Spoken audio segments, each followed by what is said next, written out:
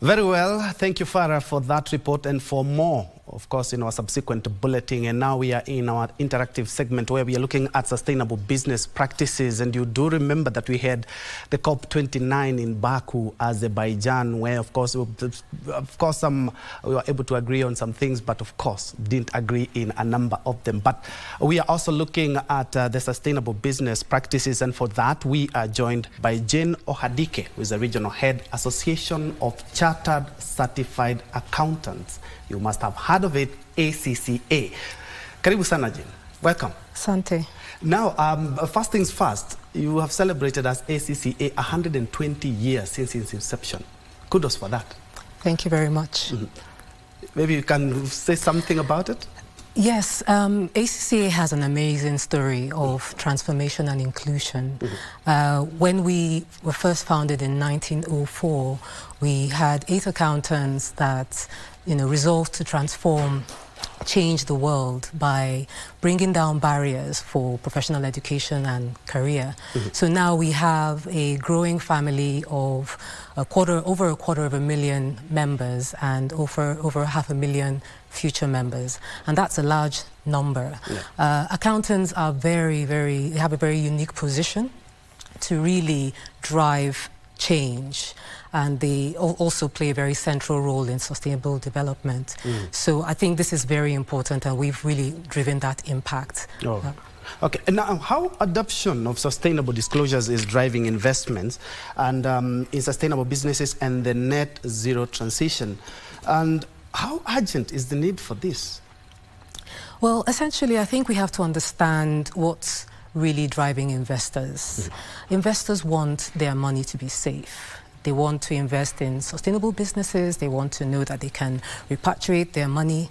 So essentially, the International Sustainability Standards Board actually designed the standards to provide information to investors to really understand how organizations are being impacted by climate and also sustainability risks. So this is one of the reasons, that sustainability reporting is quite urgent.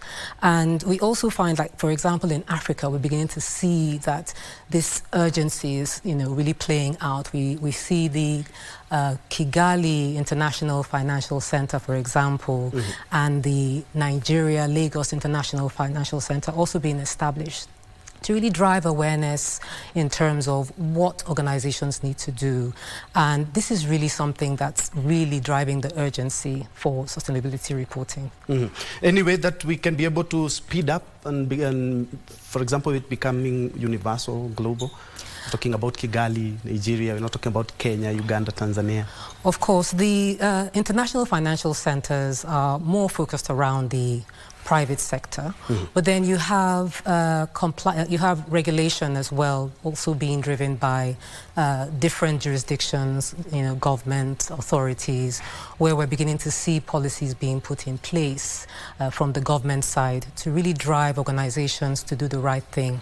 So, for example, we have ISPAC, who, just to congratulate them for a successful implementation of their sustainability reporting roadmap.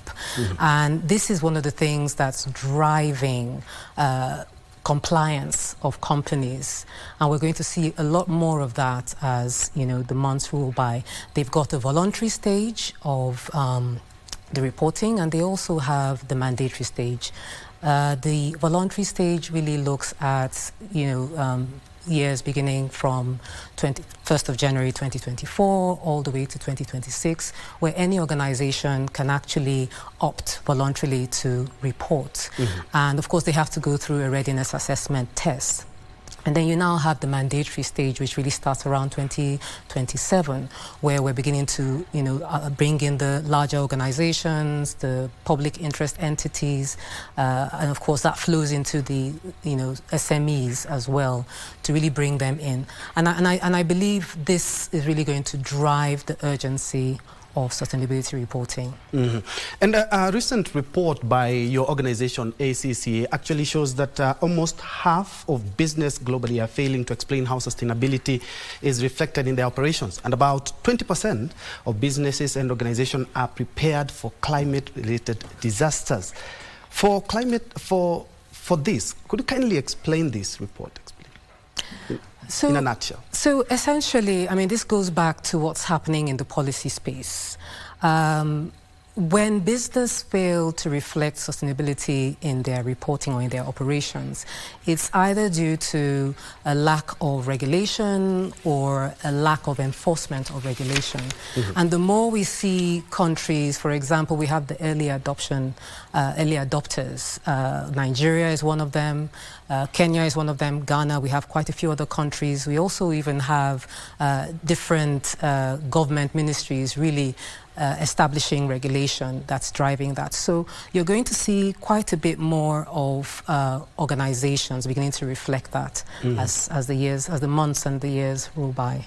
I began by saying you're celebrating 120 years since your formation. What has been the impact of relations in terms of skills development and also advancement in business skills? So, I mean, I started out by saying we had an amazing story of inclusion, and we were the first to actually introduce integrated reporting into our core qualification. We were also the first to introduce social and environmental measures into our core syllabus. Now, a lot of this basically entails that sustainability is deeply embedded in our qualification. And I must add at this point that due to our relationships with different national bodies and different stakeholders in government, we've been responsive to the feedback that we've had from them, and this has enabled us to develop certain skills and qualifications that help not just our ACCA members, but also our stakeholders to really begin to embed the skills that they need. So we really believe that in response to the global demand for professional accountants by organizations, we recently in September launched our pioneering professional diploma in sustainability reporting.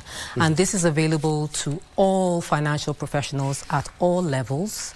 And we've been able to also set some agendas around accounting for a better world, and this also guides our professionals and our peers across, globally and also across Africa in terms of what is required. So all of these are really being built in. We further have in terms of really embedding sustainability reporting into businesses.